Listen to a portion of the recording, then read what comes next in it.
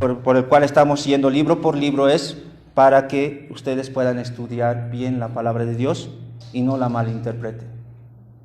No digamos simplemente, bueno, ellos son los falsos maestros, ellos son los que malinterpretan la Biblia. Hermanos, ellos son hombres, son pecadores, nosotros también.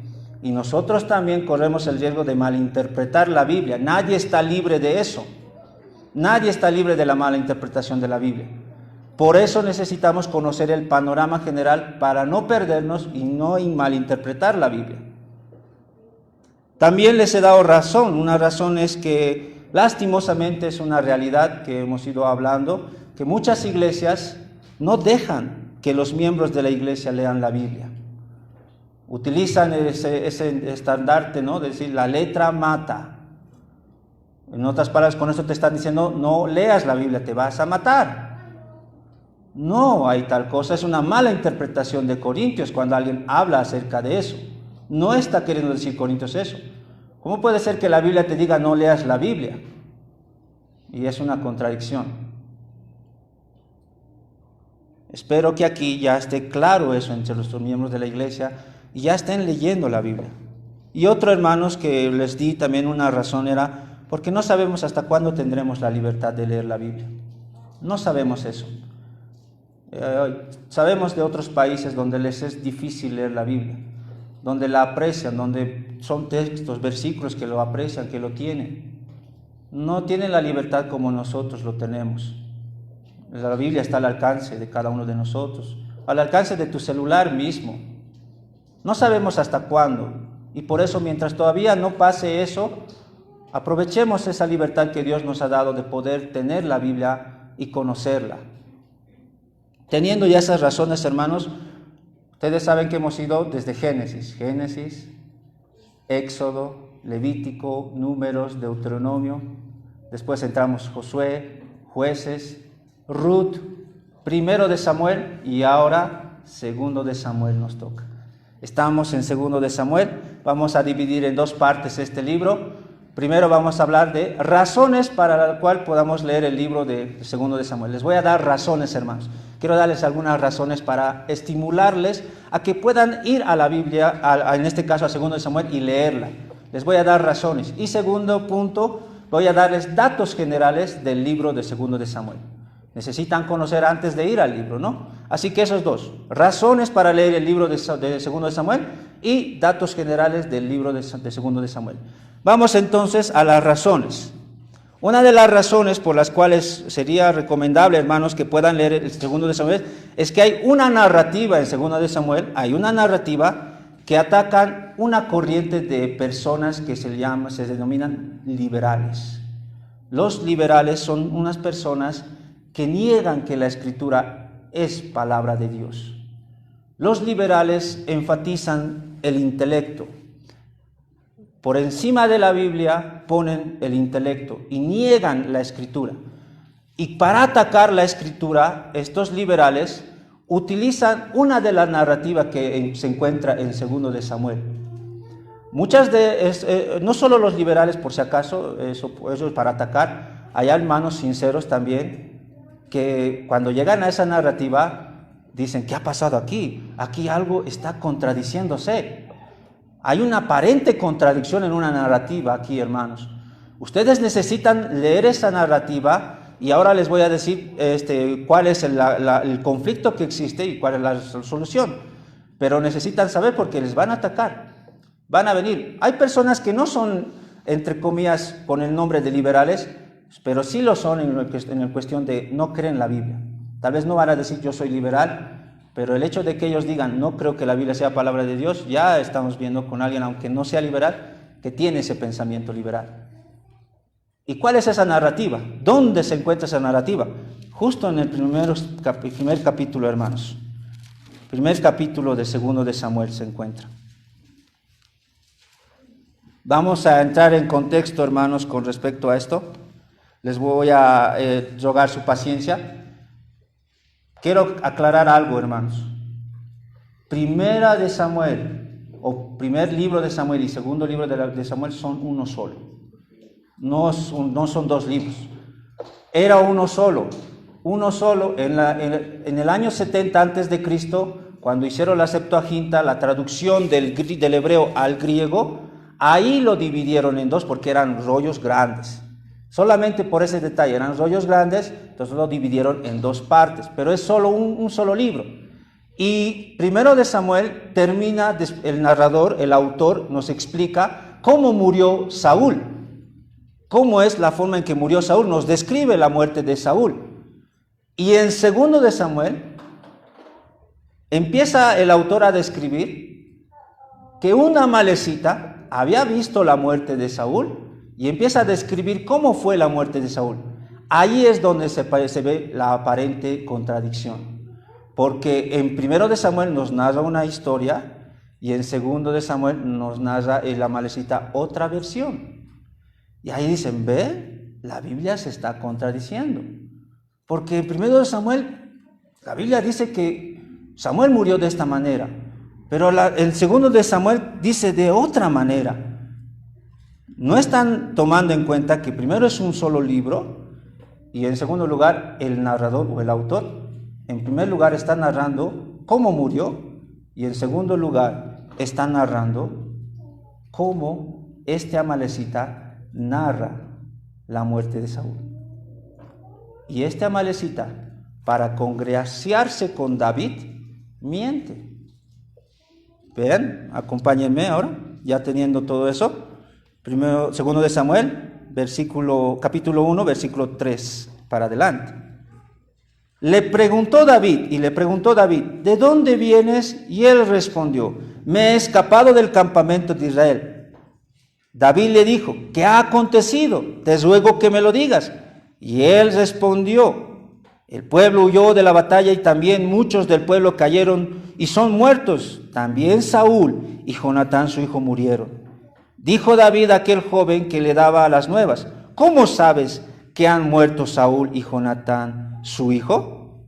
El joven que le daba las nuevas, nuevamente hermanos, no es el autor quien está diciendo los acontecimientos, es este joven. Y el narrador lo único que está describiendo lo que este joven dice. El joven que le daba las nuevas respondió, casualmente vine al monte de Gilboa, bien, qué interesante, casualmente, y hallé a Saúl que se apoyaba sobre su lanza y venían tras él carros y gente de a caballo. Y mirando él hacia atrás, me vio y me llamó. En primera de Samuel no ves ese acontecimiento. Saúl se mata. Pero él está diciendo, mira, él me vio, él estaba vivo todavía, me vio, me llamó y me dijo, heme aquí, y me preguntó, ¿quién eres tú? Yo le respondí, soy amalecita. Y él me volvió a decir, te ruego que te pongas sobre mí y me mates, porque se ha apoderado de mí la angustia, pues mi vida está aún toda en mí. Yo entonces me puse sobre él y le maté, porque sabía que no podía vivir después de su caída, y tomé la corona que tenía en su cabeza y la argolla que traía en su brazo y las he traído acá, mi señor. Ahí está su versión de este muchacho. Él dice, yo le he matado. Este joven piensa que por haber matado a Saúl, el enemigo de David, David lo va a recibir bien. Va a decir, bien, oh, mira, has matado a mi enemigo que me ha estado persiguiendo. Muy bien, vas a ser uno de mis ministros, digamos, uno de mi pueblo. Pero no pasa eso, ¿no? David hace que lo mate. ¿Cómo te atreviste a matar? ¿Cómo no tuviste temor de matar a alguien? Este joven, por su mentira, terminó muerto pensando que se congraciaría. Y creo que humanamente eso pasa, ¿no ve? El enemigo de mis enemigos es mi amigo, dice, ¿no ve? Podemos decir nosotros, ¿no? Como humanos. Este joven pensaba que eso iba a pasar. He matado al enemigo de Saúl. Voy a decirle que he matado al enemigo de Saúl para congraciarme con David. Lo cual no pasa. No le salió bien la jugada. Esto es lo que parece que es una aparente contradicción por la narrativa que da este joven y la narrativa que el autor nos muestra en primero de Samuel, hermanos. Pero simplemente el autor está describiendo lo que este joven está diciendo, está mintiendo. Y le costó la vida por su mentira. Tengan en cuenta ya esto, hermanos, porque van a aparecer personas que le van a decir, aquí la Biblia se está contradiciendo. Y yo sé también, hermanos sinceros se me han acercado, hermanos con esa duda e inquietud, en principio, ¿no? Se los pudo aclarar. Yo mismo en principio también estaba así. Esto se está contradiciendo. Aquí me está diciendo una cosa, aquí otra. Pero no es una contradicción. El autor describe en 1 de Samuel los acontecimientos reales y en 2 de Samuel describe el testimonio falso de este amalecita. Y nada más. Segunda razón. Comenta de un libro perdido, no inspirado por Dios. ¿Sabían eso, hermanos? Hay un libro aquí que se comenta que no aparece, que no hay un libro. En versículo 1:18, después de enterarse David de la muerte de Saúl, David, ¿qué dice? Y dijo que debía enseñarse a los hijos de Judá. He aquí está escrito en el libro de Jaser, o Yaser también algunos lo dicen. Allá está un libro, un detalle interesante, hermanos, que muchos no quieren tomar en cuenta, ¿no? Ahí está, la Biblia está describiendo que había libros en aquel tiempo de personas que seguramente eran cronistas, que describían acontecimientos. Siempre ha habido, entre nosotros mismos va a surgir, hermanos, personas que tengan ese deseo de describir los acontecimientos de este tiempo. Gracias a esos hermanos que están describiendo lo que va a acontecer ahora, las futuras generaciones van a conocer, y muchas de ellas son verdad. Puede haber fallas, sí, porque no son infalibles como la Biblia. Y la Biblia te describe, aquí está un libro interesante que es de Yaser, y alguno puede decir, oh, ojalá pudiera encontrar ese libro. Bueno, no hay, hermanos, ese libro, se ha perdido. No hay ese libro. Y hay muchos libros que seguramente han sido escritos por hombres que han dado un buen testimonio, han dado cosas verídicas que podemos rescatar, pero no son infalibles, no son, porque si fueran infalibles, Dios los hubiese preservado. Y es la Biblia, en contraste a este libro, la Biblia sí ha sido preservada. Es por algo también, hermanos. Tenían el libro de Yaser ahí, el pueblo de Israel, pero no fue preservada. ¿Cuál fue preservada? Este libro de Samuel, y los demás que tenemos.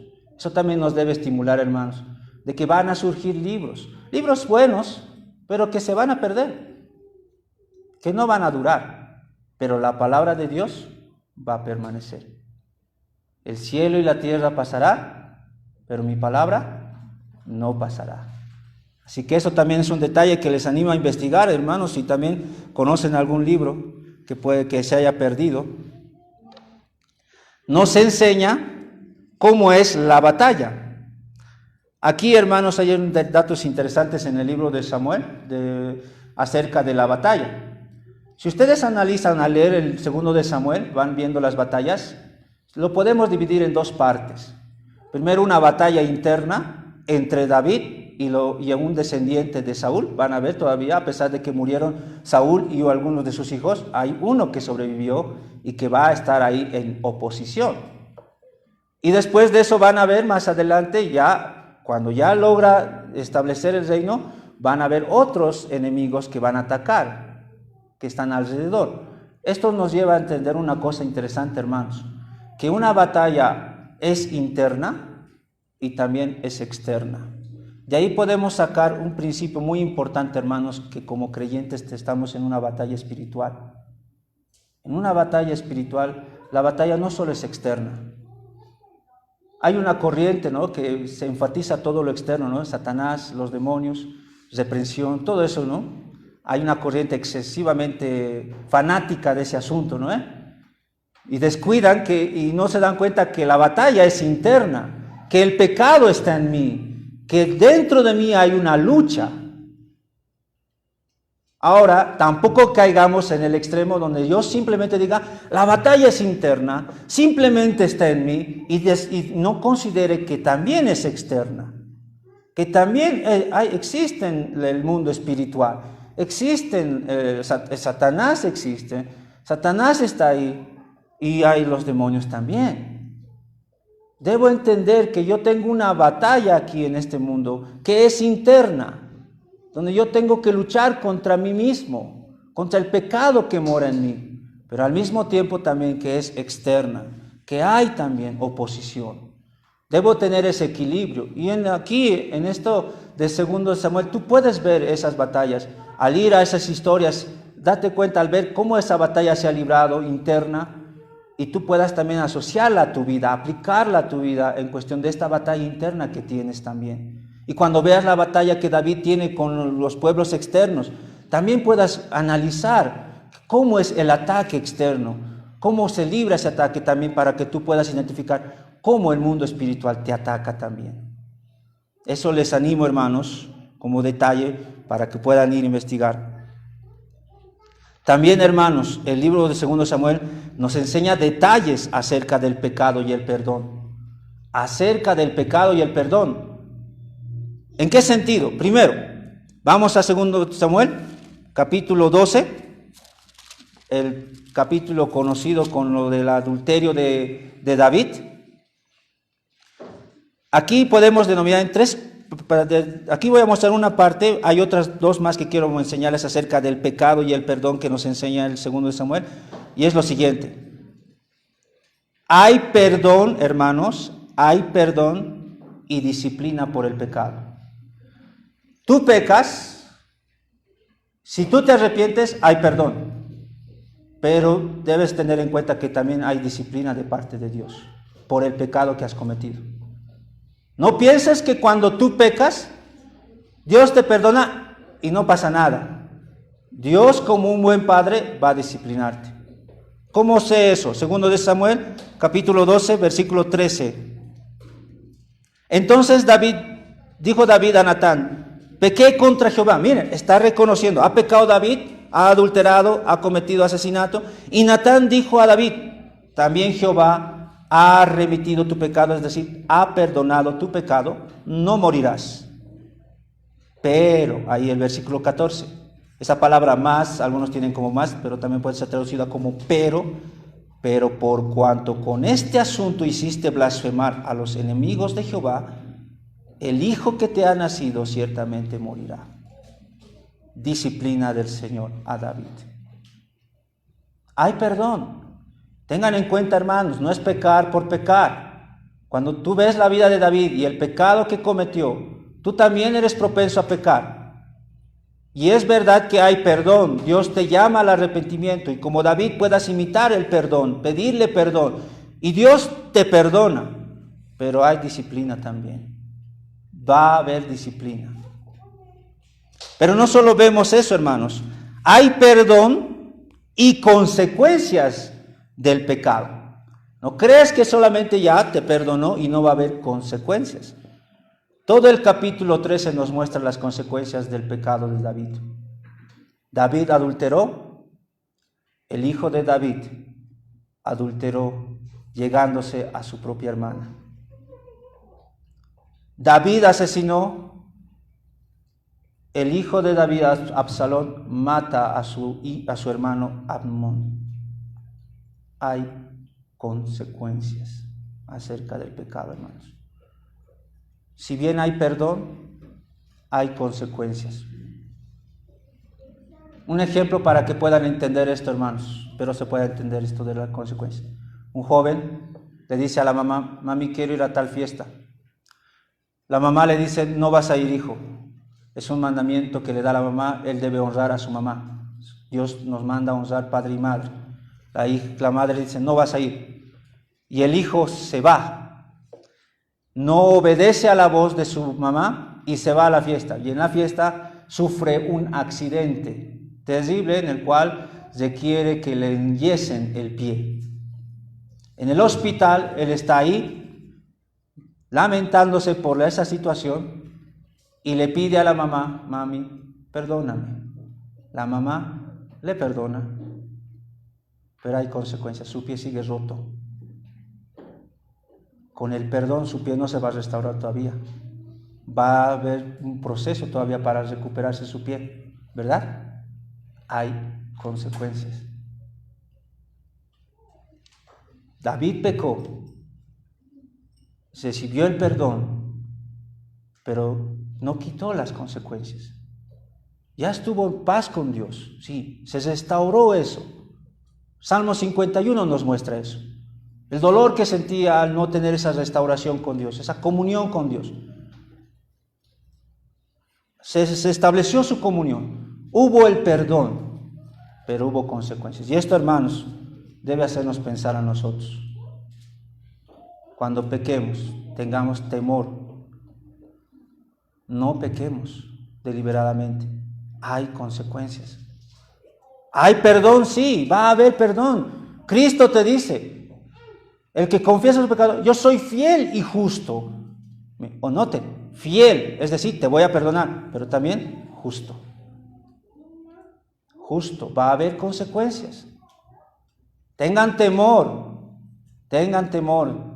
Si alguien ya aquí, saliendo de acá, ya está pensando en pecar, me van a perdonar. Dios perdona. No, sí, perdón, sí, perdona, pero ten en cuenta también, hay consecuencias. También nos muestra que hay perdón si alguien paga. Si alguien, no es que simplemente hay perdón y listo. Alguien tiene que pagar. Alguien tiene que pagar. Eso lo vemos en 2 Samuel 21, 1 al 2.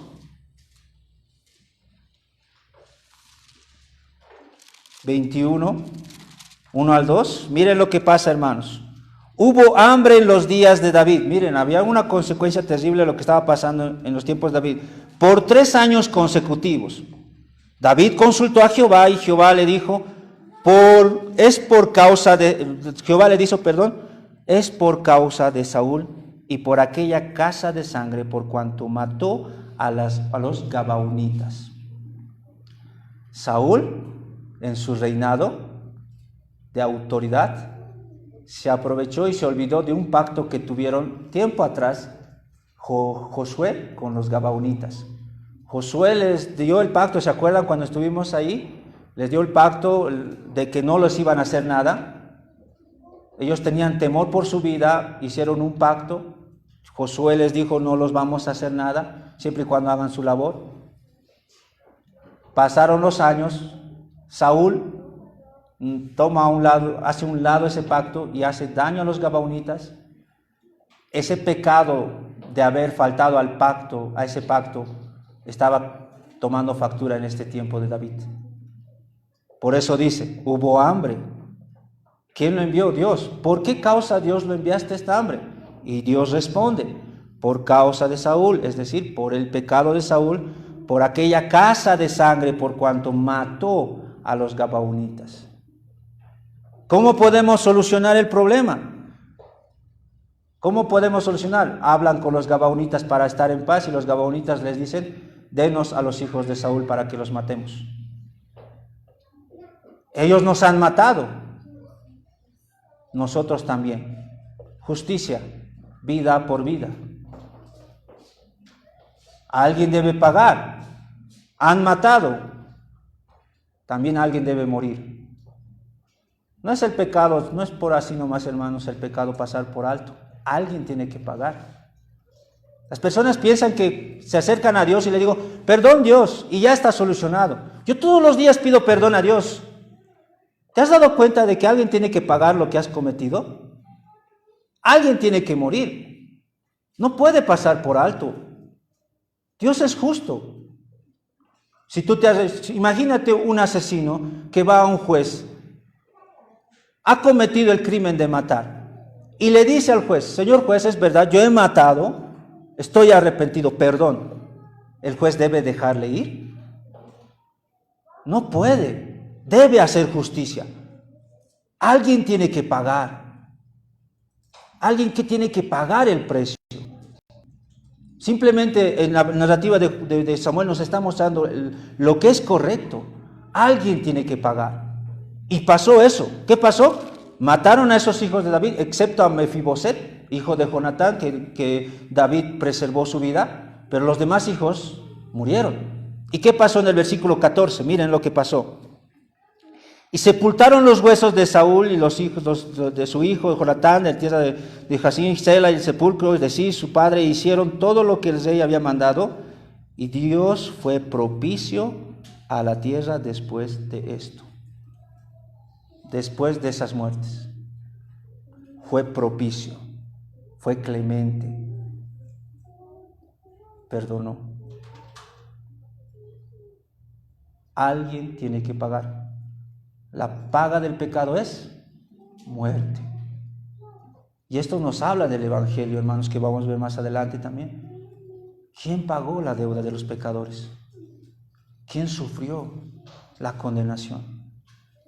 Lo vamos a ver también en el capítulo 24, el último capítulo de 2 de Samuel, donde David peca, la ira de Dios está cayendo sobre el pueblo. David dice, yo pequé, este pueblo no. Alguien tiene que pagar. ¿Y qué hacen? Bueno, ofrece sacrificio. Después de ofrecer sacrificio, la muerte de alguien, de un cordero, estuvo en pastor. Dios ya está enseñando que alguien tiene que pagar y está apuntando a Cristo, el Cordero de Dios. También, hermanos, nos enseña la vida de un hombre conforme al corazón de Dios. David es conocido como alguien, lo vamos a ver en Reyes, lo vamos a ver en Crónicas, cómo Dios describe a David, ¿verdad? Un siervo conforme al corazón de Dios. Pero en este 2 de Samuel, hermanos, vamos a ver sus virtudes. Me gustan todas las virtudes que veo de David. Hay muchas cosas que tú puedes rescatar de David que me asombran. Su virtud acerca de la soberanía de Dios. Dios es soberano. Ustedes van a ver eso en las narrativas de 2 de Samuel, pero también van a ver sus pecados. Van a ver sus pecados de David, su adulterio, el asesinato y el último capítulo que nos muestra su soberbia, su orgullo. Por su orgullo el pueblo ha sido castigado, por su soberbia, por su jactancia. Y al ver este corazón, hermanos, tú puedes rescatar, evitar lo malo, obviamente, evitar lo malo, prevenirte para eso porque tú eres propenso a eso, pero al mismo tiempo imitar sus virtudes. Apropiarte de esas virtudes que David tiene. Entonces vas a poder ver la vida de una persona, sus defectos y sus virtudes. Te va a ayudar mucho. Ayuda mucho. Si alguien es sabio entendido, aprende de los errores de otros e imita las virtudes de otros. Eso es algo bueno, eso no es malo. Hijos que están aquí que no tienen padres, el padre debería ser alguien a quien nosotros debemos imitar. Es muy difícil si no tenemos padres. Es muy difícil, yo sé, no sé si aquí debe haber alguien que no tiene su papá. Es difícil. ¿A quién voy a imitar? Pues lee Samuel. Ahí tienes a un hombre de Dios. Tiene virtudes, tiene defectos. Aprende de sus virtudes. Toma en cuenta y evita sus defectos. Aprende.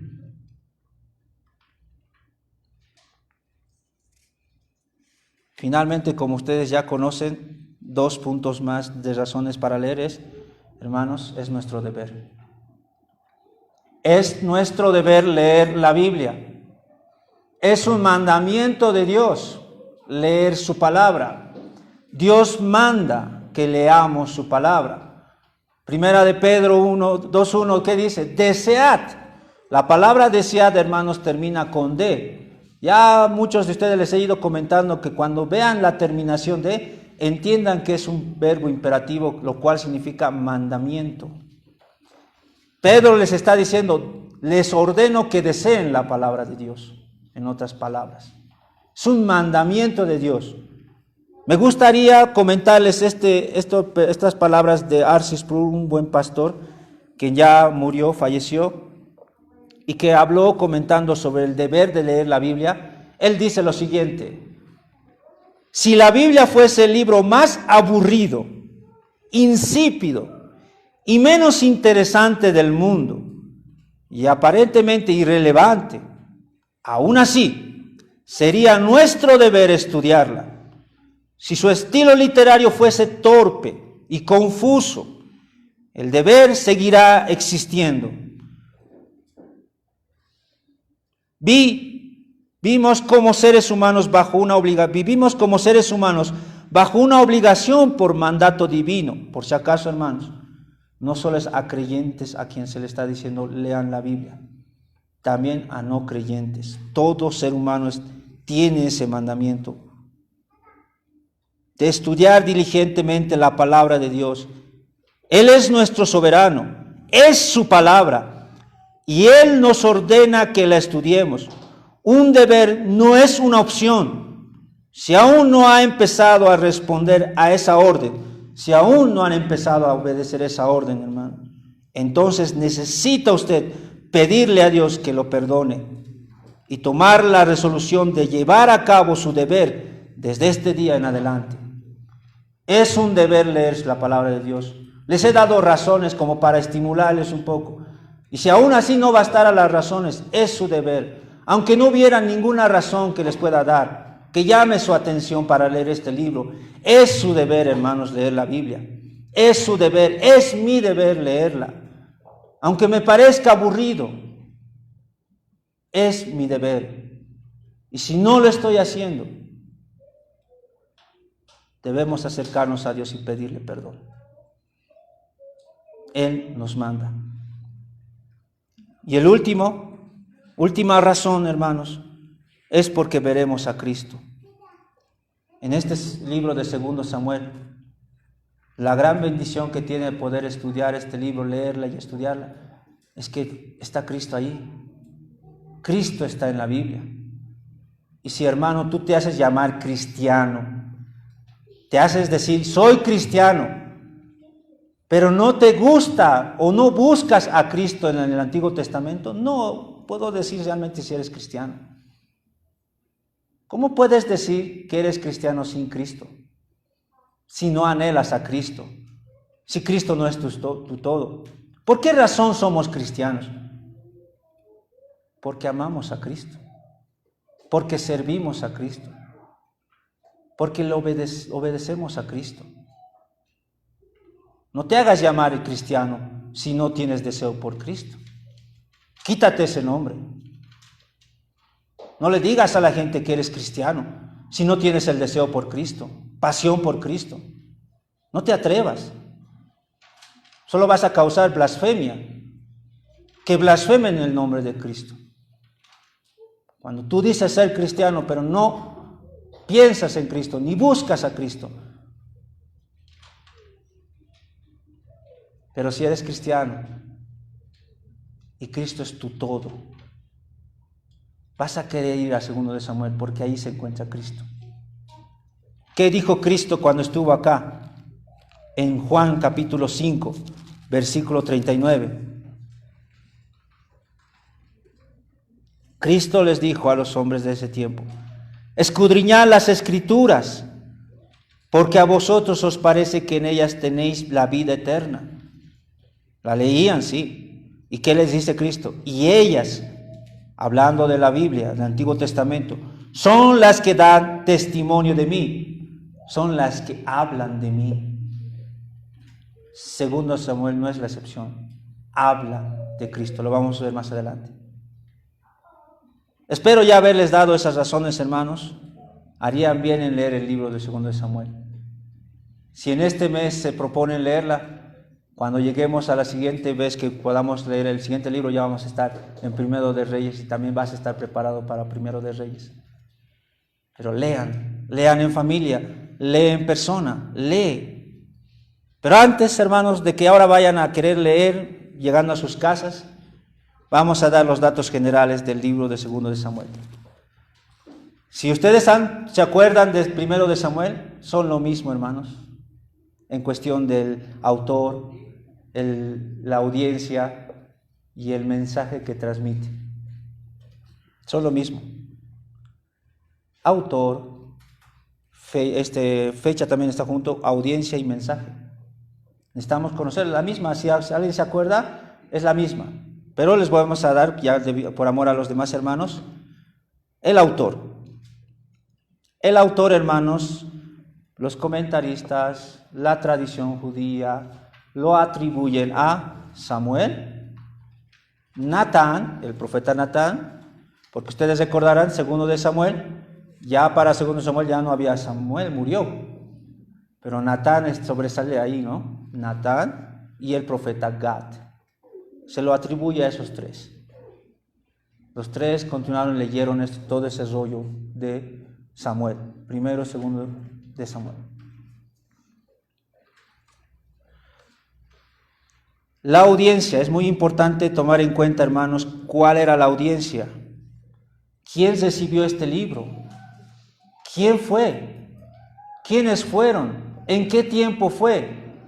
Bueno, les he ido comentando, ¿se acuerdan? Era un pueblo que tuvo un buen rey, David, y que está a punto de tener el segundo mejor rey que tenían. El segundo rey considerado como alguien sabio. Era una generación de ese tiempo. Las batallas ya se habían acabado. Ya habían casi conquistado bien todo. David ha establecido bien su reino. Ya está mayor David. Va a suceder su hijo Salomón. Salomón, un rey sabio. ¿Y saben qué pasó en ese tiempo, hermanos? Tanto para Salomón como para el pueblo. Un pueblo próspero. Un pueblo que estaba en la cúspide. Un pueblo, si lo venimos a nuestro tiempo, similar a Estados Unidos. Un pueblo potencia mundial. Así estaba el pueblo de Israel, una potencia mundial. ¿Por qué les digo esto, hermanos? En el tiempo de Salomón, ya era tanta la prosperidad y la potencia y el reconocimiento de Israel, que la plata, ese metal precioso de plata, era menospreciada. ¿Puedes imaginarte llegar a ese punto? Hay gente que le gusta, ¿no? Joyas de oro, plata también, pero llega un punto en el que haber un pueblo que desprecie la plata. Y si no me creen, acompáñenme. Primero de Reyes, capítulo 10.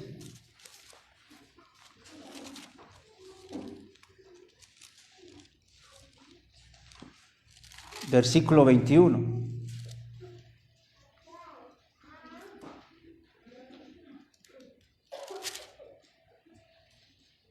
Dice así, miren, y todos los vasos de beber del rey Salomón eran de oro. Asimismo, toda la vajilla de la casa del bosque del Líbano era de oro fino. Nada, miren, nada de plata, porque en tiempo de Salomón no era apreciada. ¿Será que nuestro dinero es apreciado para los americanos? El dólar es apreciado para ellos, ¿no? El dólar. Para nosotros mismos el dólar es más apreciado que a veces nuestra misma moneda. Potencia mundial. Están en la cúspide estos que están escuchando. ¿Por qué el autor les habla de todo este libro de Samuel? ¿Por qué? Ahí ahora entramos, hermanos, al mensaje. El autor o los autores ven a este pueblo, potencia mundial, y les va a decir, les van a escribir estas narrativas que tenemos en 1 y 2 Samuel. ¿Y qué les va a decir? Primero, ¿cuál va a ser el tema que les va a plantear el autor? ¿Cuál es el tema que les va a dar? La soberanía de Dios al exaltar y humillar líderes. ¿Quién puso a Saúl en el reino? Dios. ¿Quién le quitó el reino a Saúl? Dios. ¿Quién puso a David en el reino? Dios. ¿Quién después, más adelante, le permitió que su hijo se rebelara y por un tiempo perdiera el reino? Dios. ¿Quién le volvió a poner en el reino? Dios. Quiere el autor que entiendan a ese pueblo que está ahí, que está en potencia, para que entiendan, ¿quién te ha dado esa riqueza? Esa riqueza a tal punto que hasta la plata es menospreciada. ¿Quién te ha dado eso? El pueblo debía reconocer, Dios nos dio. Llega un punto, hermanos, donde los hombres, cuando lo tienen todo, menosprecian las cosas y menosprecian al dador. No se dan cuenta quién les dio lo que tienen. ¿Cómo llegaron a la posición en la que se encuentran? Se enaltecen a sí mismos, tienen el problema de caer en el orgullo. Y Samuel y los demás autores están escribiendo para hacerle dar cuenta a este pueblo que esos reyes en los que ellos tal vez han admirado, no han llegado ahí por sí mismos. Dios los puso ahí y Dios los puede quitar. Y es la advertencia a ese pueblo. Dios les ha dado esa potencia mundial a ustedes y los puede quitar. Y eso va a pasar. Vamos a ver cómo la decadencia de Israel. No entendieron este mensaje. Dios, antes de desecharlos, les ha ido advirtiendo, les ha ido hablando. Y lo mismo a nosotros, hermanos. Lo mismo. Dios te está poniendo en una posición a ti. Tienes que reconocer quién te ha puesto ahí. Dios. Y Dios te lo puede quitar si caes en orgullo. No eres diferente. Puedes identificarte con este pueblo. Solo que no sabemos, en mi caso, qué va a pasar contigo. Yo no sé. ¿Harás caso a este mensaje? ¿A estas advertencias que nos muestran? O como el pueblo de Israel que escuchó este mensaje y no hizo caso y hubo una decadencia. ¿Te pasará lo mismo? Espero que no. Espero que puedas tomar en cuenta este libro que te está enseñando. Dios es soberano. Él exalta, Él humilla. ¿Cuál es el propósito entonces? ¿Cuál es el propósito? Con la historia, en este caso de David, porque si ustedes ven 2 Samuel, el autor principal es David. Con la historia de David, el Señor quiere promover la humildad delante del Señor porque Él es Rey de Reyes. Si bien David es el Rey, David debía reconocer que hay un Rey sobre él y es Dios. Y por momentos se le olvida, ¿no? Está bien, tranquilo David, después de las batallas. No va incluso a una de las batallas. Se despierta a esa hora de la tarde. Va a contemplar su reino y entre esos ve a una mujer bañándose. Y como él es el rey, como él está en la cúspide, puede hacer lo que quiera. Nadie le puede cuestionar. Le hace llamar a esa mujer. Sus siervos no podían decir por qué le estás llamando. ¿Quién le ha podido cuestionar? ¿Han visto alguna vez? ¿Han visto si alguien le ha cuestionado ahí? No es que él fue directo, él hizo traer a esa mujer. E incluso él hizo que mataran a su esposo. Está en la cúspide. Se le olvida quién le ha puesto ahí. Y comete todo eso. Y así nos pasa a nosotros. Estamos en la cúspide y se nos olvida. Estamos en un momento privilegiado y lo único que hacemos es pecar. Con la historia de David, Dios quiere ayudarnos a entender que debemos andar siempre humildes delante de nuestro Señor.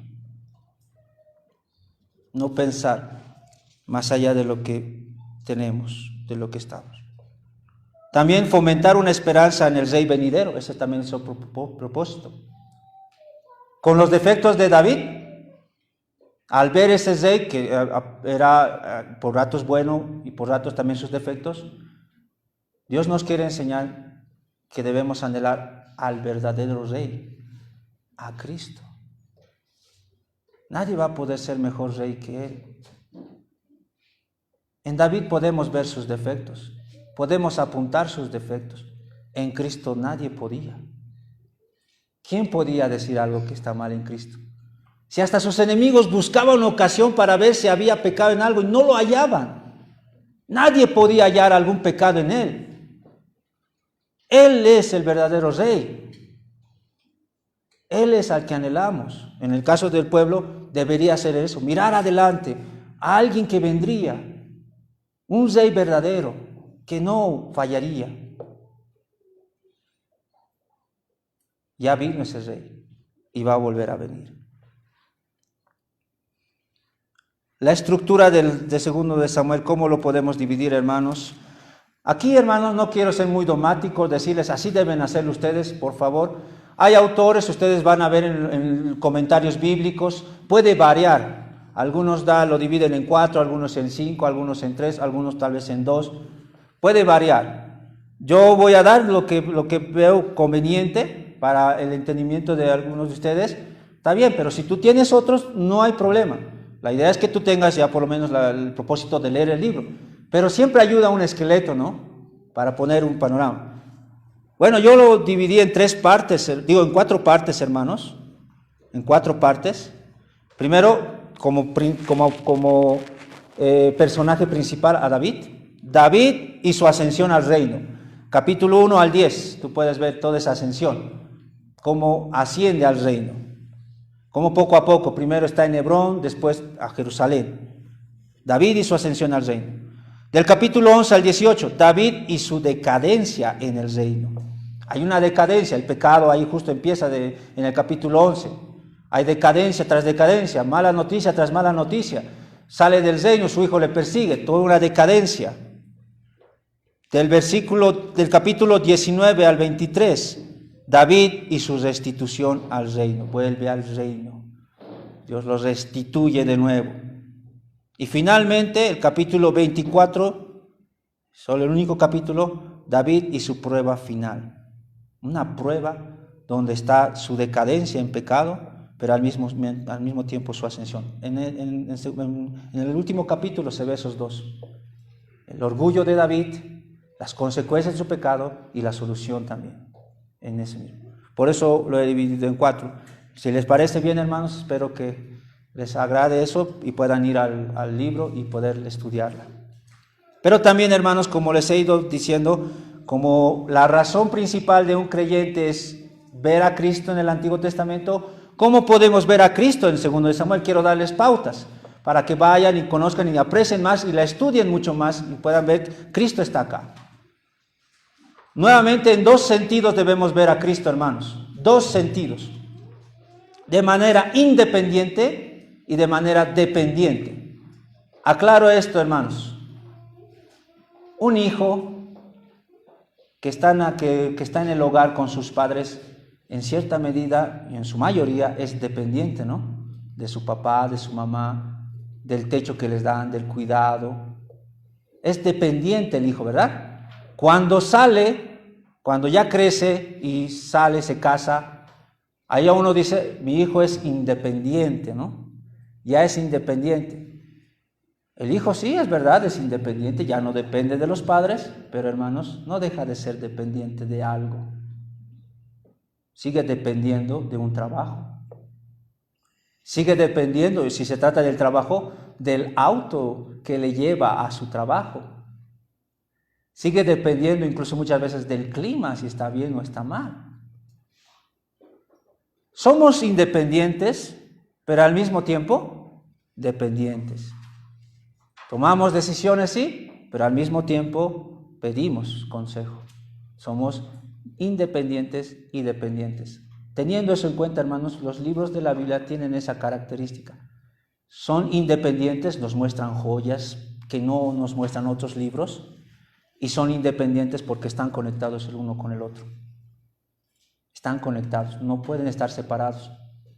Debo tener siempre en cuenta eso. Verlo de manera independiente, joyas especiales que solo se encuentran en este libro, pero al mismo tiempo está conectado con otros libros.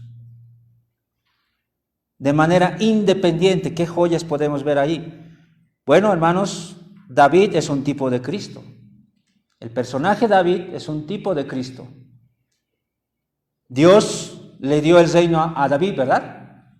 Dios le dio el reino a Cristo. Toda potestad me ha sido dada, dice Cristo. Dios el Padre le dio eso a su Hijo, toda autoridad. Reino le dio, como lo vemos en David. David como rey pecó, falló. Cristo como rey no pecó. No pecó. Eso podemos ver, un contraste entre David y Cristo también. Un contraste entre los dos. Donde David fracasó, Cristo no. Cada vez que veas la falla de David, también al mismo tiempo puedas ver, mi Señor Jesucristo no falló. El pueblo sufre el castigo por el pecado de David. David peca y el pueblo es el que sufre el castigo. ¿Cómo vemos a Cristo ahí? En un contraste también. Cristo sufre el castigo por el pecado de su pueblo. Es Cristo quien sufre el castigo. ¿Se han dado cuenta en esa narrativa del capítulo 24, hermanos? Hay un dato bien interesante. ¿Quién está causando esa desgracia que está pasando hacia el pueblo? David dice que ve al ángel de Jehová. ¿Quién es el ángel de Jehová? Según los teólogos, Cristo preencarnado, ¿no? Cristo está dando esa plaga con una espada y están muriendo muchos. David dice, yo pequé. Envían, les dice que habla, el profeta Gad le dice, haz un sacrificio. Cuando David hace el sacrificio, muere alguien, paga por una heredad para sacrificar ahí, ofrecer altar a Dios, cesa. Lo que me llama la atención ahí, hermanos, es Cristo preencarnado viendo a Cristo mismo. Eso es como una paradoja, ¿no? Cristo viendo a Cristo. Cristo, el ángel de Jehová, viendo lo que le va a acontecer más adelante, que él va a morir y va a pagar la deuda que tenemos con Dios. Y cesó. Y eso es lo que pasa. La ira de Dios ya no nos toca en Cristo Jesús. Pero es uno de los misterios ahí que uno puede pensar, parece una paradoja, ¿no? Cristo, el ángel de Jehová, viendo a Cristo, un tipo de Cristo, una ofrenda para más adelante. Y cesa. ¿Puede haber más joyas, hermanos? Ahí está la aventura de cada uno de nosotros a encontrar. Pero de manera dependiente, hermanos, este libro depende de otros libros. Vamos a Génesis. Génesis capítulo 3, versículo 15 nuevamente. Adán y Eva pecan, caen. Dios los destierra, pero después de desterrarles, antes de desterrarles, les da una promesa. Alguien va a venir. De la simiente de la mujer va a venir alguien que va a pisar la cabeza de la serpiente. Y esta la herirá en el calcañar. Hay una promesa. Adán y Eva no sabían quién iba a ser, solo sabían que alguien iba a nacer. Alguien va a venir, no sabemos quién, va a venir a redimir esta situación en la que nos encontramos. Estamos en enemistad con Dios, pero ese hombre, alguien va a venir, no sabemos quién. La narrativa sigue avanzando. Nos muestra que de la descendencia de uno de los hijos de Noé va a venir, de Sem. De ahí viene Abraham, de Abraham va a ser, dice la narrativa. Abraham tiene dos hijos, Ismael y Isaac. ¿De quién va a ser? De Isaac va a venir. Isaac tiene dos hijos, Jacob y Esaú. ¿De cuál de los dos va a ser? Jacob. Jacob tiene 12 hijos. ¿De cuál de esos 12 hijos va a venir? De Judá va a venir. Judá tiene hijos. Y entre esos viene lo que hemos visto con el libro de Ruth. Booz, uno de los hijos de la descendencia de Judá. Booz tiene a Obed a Isaí. Isaí tiene varios hijos. ¿Y cuál de esos hijos va a ser? David. De David va a ser. Y David tiene hijos. ¿De cuál de los hijos va a ser? Y aquí lo maravilloso de esto, hermanos, es que algunos ya tal vez han dicho de Salomón, ¿no? Sí, no voy a decir que no, pero hay otro hijo más. ¿Sabían? Natán. Acompáñenme a ver. Segundo de Samuel, capítulo 5, versículo 14. Todos mencionan a Salomón, no digo que no, está mal. 14. Estos son los nombres de los que le nacieron en Jerusalén a David. ¿Quiénes eran? Samúa, Sobat, Natán, ¿y quién? Salomón. Y todos sabemos que de Salomón viene, ¿no? Hay una descendencia que viene y Mateo nos muestra eso. El Evangelio de Mateo nos muestra la descendencia desde Salomón, cómo va avanzando hasta llegar a José y de José a Cristo, ¿verdad? Pero la Biblia también nos muestra, hermanos, del libro, el Evangelio de Lucas, que de Natán viene otro. avanzando hasta que llega al padre de María, que posteriormente va a ser hijo de José, y de ahí viene, solo que en retrospectiva. Y es como que está avanzando así y llega a Cristo. Tanto como desde la descendencia de María como la descendencia de José llega. Hay un tema por una razón que no alcanza el tiempo de explicar, hermanos, pero si ustedes investigan, hay una razón también por la cual también llega de Natán. Hay una razón teológica, pero es muy profunda que no va a alcanzar el tiempo. Pero quiero hacerle justicia a Natán, porque en todos tenemos siempre en mente a Salomón, que no está mal, vuelvo a decir, pero tengan en cuenta también, David tuvo otro hijo y ese es Natán, y de Natán llegó también, de Natán. Y eso lo pueden encontrar, si ustedes pueden ir, Lucas 3, del 31 al 32, van a encontrar eso. Lucas 3, 31, 32. Seguramente han hablado con el pastor Álvaro cuando estuvo exponiendo el Evangelio de Lucas. Natán. Muy bien. Teniendo ya eso en cuenta, hermanos, aventúrense y vayan al libro de Samuel. Vayan, aprendan, conozcan, sean edificados.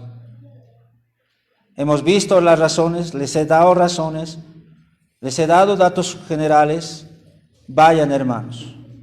Terminamos con lo siguiente, volviendo a la pregunta que iniciamos. ¿Qué harías si te dieran 1 millón? ¿Qué harías si te dieran 1 millón? Pero ya más en el ámbito espiritual, quiero darte a entender, hermanos, que Dios te ha dado una posición muy importante a ti. Primera de Pedro dice algo interesante, que nosotros en Cristo somos real sacerdocio, nación santa, pueblo adquirido por Dios. Somos reyes y sacerdotes. Tal vez no tenemos $1 millón, tal vez no tengo muchas posiciones, pero hay una posición que Dios me ha puesto, y es que soy parte del reino de Dios, de Cristo. Soy real sacerdocio, nación santa. Frente a esto, hermanos, podemos identificarnos con David, a quien Dios le puso como rey, y a nosotros en Cristo nos hizo reyes y sacerdotes. Pero ¿saben cuál veo problema frente a esta verdad, hermanos? 2, básicamente. Hay una corriente de hermanos que entienden ese punto. Somos reyes y sacerdotes, entienden el punto, pero también descuidan la parte de quién les dio eso y empiezan a decretar. De que decreta esto, decreta el otro, ya ponen por encima su decreto que el de Dios. Puedo criticarles a ellos objetivamente y decir que está mal lo que están decretando, que no se olviden de la soberanía de Dios, puedo decirles eso, pero algo sí puedo rescatar de ellos, es que ellos entienden realmente qué significa ser rey, ser parte del pueblo de Dios. Obviamente, tras entender, han hecho lo malo, ¿no? Pero también sé que hay otra corriente donde, hermanos, aunque sepan que son parte del reino de Dios, no hay gozo en ellos. No hay nada. No entienden en qué posición se encuentran. ¿Entiendes en qué posición te encuentras en Cristo Jesús, hermano, hermana? ¿Entiendes a quién perteneces? ¿Entiendes lo que Dios te ha dado? Un incrédulo, ¿saben? Cuando le dan la ciudadanía americana, brinca de alegría. Puedes tú ver cómo hasta se pueden grabar cuando les dieron el papel, ciudadano americano, de alegría. Y nosotros, al saber que somos parte del reino, que somos real sacerdocio, nación santa, ¿no hay nada de eso? ¿O es que no estás entendiendo la posición en la que Dios te ha puesto? Creo que en algunos de nosotros no estamos siendo conscientes de ese asunto. Pero si llega ese momento, hermanos, no caigamos en el extremo de aquellos hermanos que entienden eso, pero que ahora empiezan a decretar, empiezan a poner normas ellos mismos. No caigamos tampoco en ese extremo, sino más bien cuando entienda yo la posición en la que Dios me ha puesto, de ser real sacerdocio, nación santa, pueda ir al libro de Samuel y ver la vida de David, pueda imitar sus virtudes y evitar sus errores. Por eso, hermano, hermana, ¿qué estás haciendo con lo que Dios te dio? Si te estás preguntando de nuevo, ¿pero qué me dio? Te dio a su Hijo. Y por Cristo eres linaje escogido, real sacerdocio, nación santa, pueblo adquirido por Dios. Tu posición en Cristo es como la de David, vuelvo a decirte. ¿Qué vas a hacer? ¿Qué vas a hacer? ¿Hacer lo mismo que David? ¿Olvidarte? Por esa razón Dios le dijo en el capítulo 7 de segundo de Samuel, y esto ahora ya teniendo eso en cuenta, apropiátelo, hermano, como que te lo está diciendo a ti el Señor. Capítulo 7, 8. Ahora pues dirás así a mi siervo David, así ha dicho Jehová de los ejércitos: yo te tomé del redil, yo te tomé de donde tú estabas, perdido, muerto en tus pecados. Ahí estabas tú. Yo te tomé detrás de las ovejas. ¿Para qué? ¿Para qué? Para que fueses príncipe sobre mi pueblo, sobre Israel. Yo he hecho eso. Ten en cuenta eso. Y he estado contigo en todo cuanto has andado, y delante de ti he destruido a todos tus enemigos, y te he dado nombre grande, como el nombre de los grandes que hay en la tierra. No te olvides, David se olvidó. David se olvidó después, lo que vemos en el capítulo 11. Tú no te olvides, hermano, hermana. No te olvides de dónde te ha sacado Dios y qué posición te ha puesto. No te olvides. No olvides que te ha sacado del pecado, de la esclavitud del pecado. No te olvides. No te olvides también dónde te ha puesto Dios. Eres hijo de Dios. Eres hijo del Rey de Reyes. No te olvides, pero también no te olvides quién te puso ahí. Eres propenso si te olvidas. Vas a caer igual. Lo que me gusta, hermanos, es lo que Crónicas nos muestra. Ya David, mayor, ya va a entregar el reino. Ya se está acabando su tiempo de reinar. Ya aprendió la lección. Aprendió la lección David. ¿Cómo sé que aprendió la lección David? Según primero de Crónicas, David dice en el capítulo 29, versículo 11, David dice: tuya es, oh Jehová, la magnificencia y el poder, la gloria, la victoria y el honor, porque todas las cosas que están en los cielos y en la tierra son tuyas. Ha aprendido la lección. Tuyo, oh Jehová, es el reino, y tú eres excelso sobre todos. Las riquezas y la gloria proceden de ti, y tú dominas sobre todo. En tu mano está la fuerza y el poder, y en tu mano el hacer grande y el dar poder a todos. Reconoció al fin. Vio por quién es ahora David, quién es. Por Dios. No te olvides, hermano. No te olvides en dónde te encuentras en Cristo Jesús. Nunca te olvides de eso. También nunca olvides, hermano. Nunca, pero nunca olvides por quién eres, lo que eres ahora en Cristo Jesús.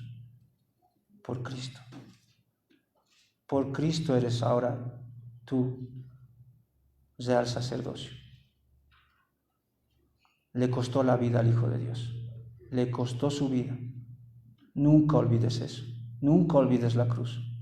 En el momento en que olvidas todo eso, caes en el orgullo, te vuelves arrogante y pecas contra Dios. Contemplen, miren a Dios, mira al dador de todo, miren a Cristo. Y si aquí hay algún amigo o amiga que no conoce al Señor, no hay otra manera, amigo o amiga, para ser parte del reino de Dios, de Cristo. La única manera en que una persona puede ser parte del reino de Dios, Dios mismo le dice, arrepiéntete y cree en Jesucristo. No hay otro camino. Cristo mismo por eso dijo, el tiempo se ha cumplido y el reino de Dios se ha acercado. ¿Qué pueden hacer las personas para ser parte de ese reino? Arrepentíos y creed en el Evangelio. Arrepiéntanse de sus pecados. Crean en Jesucristo de todo corazón. Crean en ese Evangelio en el que murió Cristo Jesús por los pecadores. Crean eso. Y serán parte del reino. No hay otra forma, amigo, amiga. Quizá dices, no quiero, no me interesa. Está bien, continúa, sigue tu camino, sigue reinando tú en tu vida, sigue haciendo lo mismo. Pero no te olvides que un día vas a rendir cuentas a Dios. Quieraslo o no, vas a rendir cuentas a Dios. Y Él va a descubrir todos tus pecados, grandes y pequeños que hayas cometido contra Dios. Y serás arrojado al infierno. No te olvides. No te excuses ese día. Te animo, por favor. Como dice la Biblia, mirad a mí y sed salvos. Que mires a Cristo y encuentres la salvación en Él. Vamos a orar. Padre Celestial, hemos visto este libro de 2 de Samuel, un libro que nos enseña que tú eres soberano, que tú eres el que da y el que quita. Tú diste el lugar en el que se encontraba David, tú le pusiste ahí. Y también vemos en nosotros, Señor, que tú nos diste a tu Hijo Jesucristo y en Él somos reyes, sacerdotes, real sacerdocio, Señor. No permitas que nos olvidemos de eso, pero también no permitas que eso nos lleve a la arrogancia de blasfemar tu nombre, Señor. No permitas eso. Ayúdanos siempre a recordar y a verte y a contemplarte, a ver que tú eres el que nos ha puesto en el lugar en donde nos encontramos. Es por ti y por Cristo que ahora somos hijos tuyos y somos parte de tu reino. Oh Señor, nunca permitas que nosotros podamos olvidarnos de eso. Porque si tu siervo David se olvidó de eso y pecó contra ti, nos puede pasar a nosotros. Ayúdanos, Señor. No permitas que eso pase en nuestras vidas. Ayúdanos. En el nombre de Cristo Jesús te lo pedimos, Padre, como iglesia. Amén.